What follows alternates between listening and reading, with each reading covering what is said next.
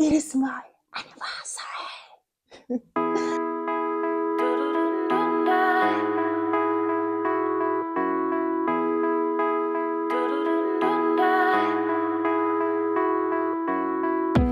I was born feeding the dust. I built my reputation, fought for recognition.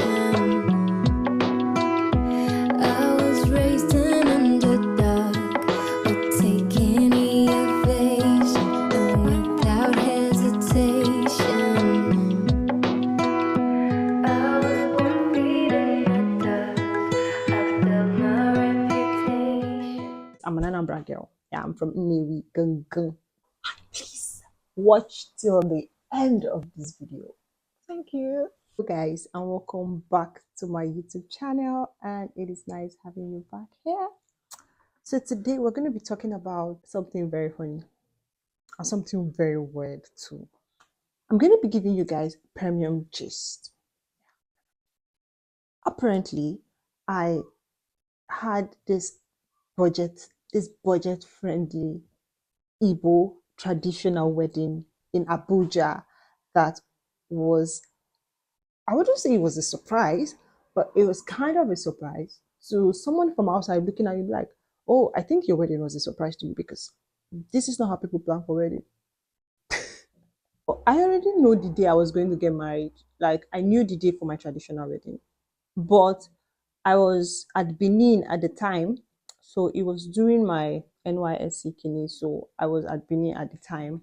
And I was just like juggling, going down to Benin, Abuja. So it was like, it was stressful for me. And during this time, it was like, it's time for the wedding. Let us plan for the wedding. I'm like, there is nothing to plan for. I mean, it's just a very simple wedding. Mind you, we're going to do like a part of the wedding in Abuja because there was this kind of um, Anambra at that time. Because then in Anambra, there was this kind of the security at that time was quite shaky. They were kidnapping people, they were shooting, that time now, that Biafra stuff. So a lot of people were dying, and my dad was like, if you fix this in the village, apparently nobody's gonna come. It's just you. And it's not even gonna be safe for you that you are going for the wedding. So let us try to like fix something here in Abuja. Let the family come, like see the other family. Let us like just try to do something here in Abuja. Then we're going to do another part of it, like the Omenala part, the like part in Anambra State, where everywhere is a bit like calm. So that was the plan. So I don't think I did understand. Sorry, I did not understand like everything that he explained. So in my mind, I was like, my husband's people are going to come and meet my people, and they're going to say things in the parlor. You know, those kind of little parlor traditional wedding that people do have. That was exactly what I thought I was going to have. Exactly. I thought I was going to have that parlor traditional wedding where I just have to like wear any clothes and just like pop out and then go back in. Like I asked my daddy how many times do I necessarily need to come out? I mean, they know me, I know them, my husband knows me, so they could just do the wedding thing and we're married. So my daddy told me I was going to come out though.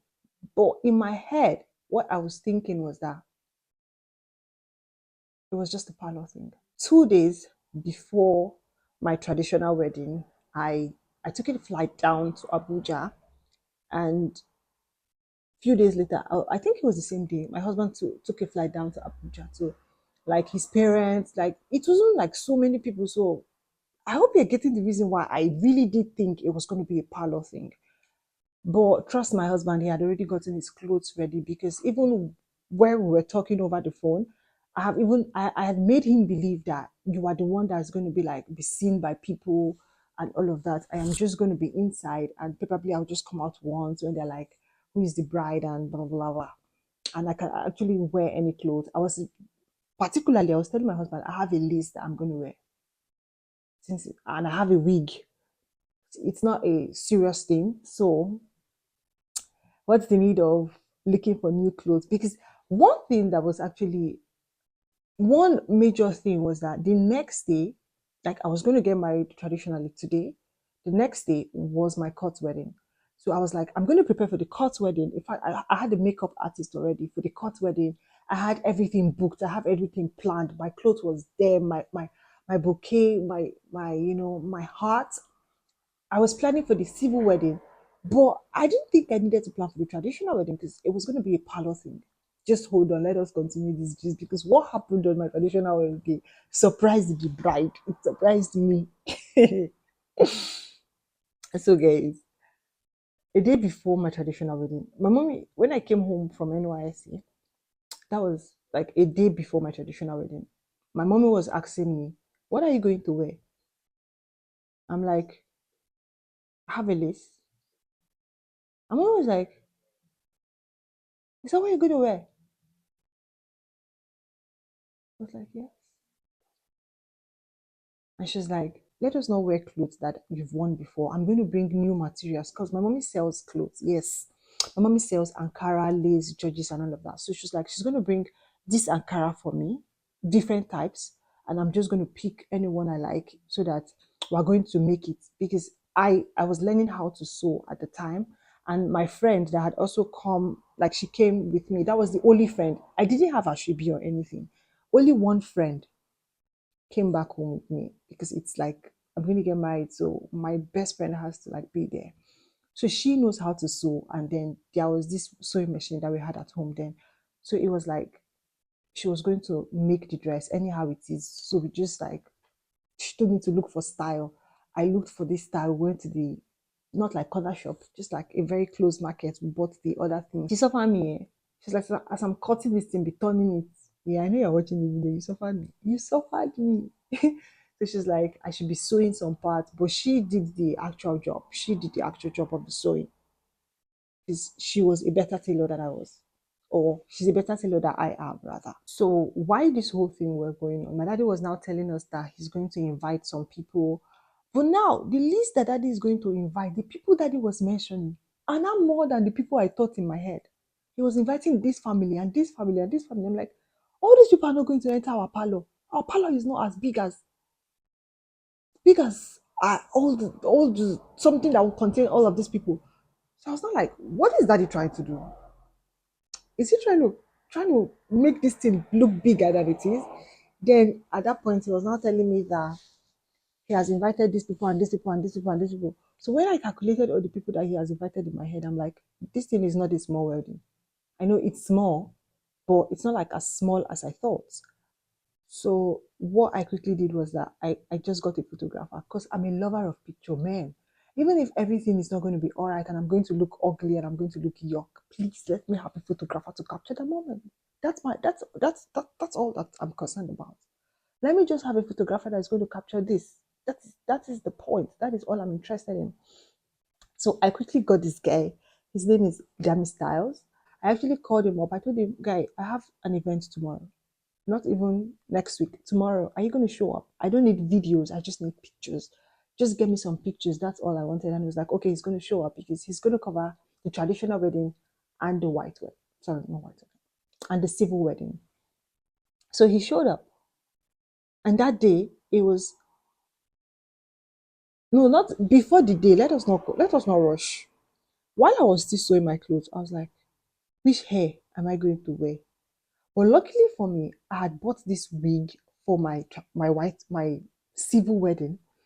So I was like, I'm going to wear that wig. Now, at least I need to like put on bead and all of that. I started looking for bead. Hmm. Oh, but I used Instagram to look for bead. These people were telling me that to rent one Cora bead, one set, 15,000. I'm not going to tip it. It's just one day I want to wear it. Telling me 15,000, 10,000. I could not. At the point, I was like, I'm just going to do the wedding without that. I mean, my wedding is not that big, and I just want it really small, and I just want to get married. I just want to get married. I'm not interested in all of these things that people do. I just want to get married. That was my point. The day I was going to get married on the 11th of 2022, that morning, my mommy went to the market. So when she got to the market, there was this friend that she had at the market that rents bead. And now, if you know Abuja very well, you will know Suleja. Suleja is very close to Abuja, but it's not Abuja. So things are quite cheaper compared to Abuja. So she got there and she got a set for me, including the wristband, the bead itself, the the head bead or no, yeah, the head bead. Or did I get the head bead from someone else? Everything for 4,000 for rent, including my husband's set. Yes, including my husband's set. So that same money, my sister contacted this makeup artist. I don't know the person. I've never met the person before. I don't even know her. I don't know her name. So I can't even mention it here at the moment. She contacted this lady and told the lady that I don't know how much she paid the lady. In fact, a makeup artist for my sister just appeared because my sister was not in the country at that time. And when I was just explaining everything to her, she was like, "Girl, you need to wear makeup because how are you going to do traditional wedding without makeup?" I was like, "I don't mind though because, whoa, I just want to marry. I just want to get married and rest." But she was like, "Okay, I should just hold on." So that same day, like that morning, she contacted this lady, and I think she paid her heavily for like express. And the lady was coming to my house. First of all, the lady even got missing. Then the Uber driver and the lady had issue. It was just tiring. Like at that point, I was like, "Can you guys go collect that bride price and everybody should just eat and go?"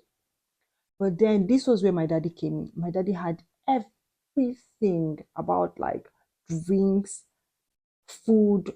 My parents had everything planned. I don't know how that happened.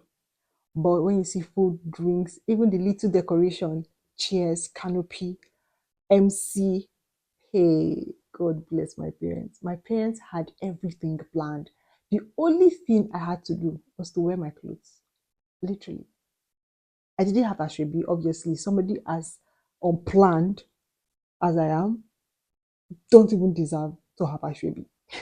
I mean, my friends came, but some people were wearing traditional wear, some people were wearing their not usual gowns, some people were wearing trousers and shirts. Everybody just joined. And I didn't mind, apparently. I didn't plan it, so why should I mind? But overall, I think everything went well because it was something that started about around 3, 4, and at that same day, everything was completed. I mean, everybody came. It was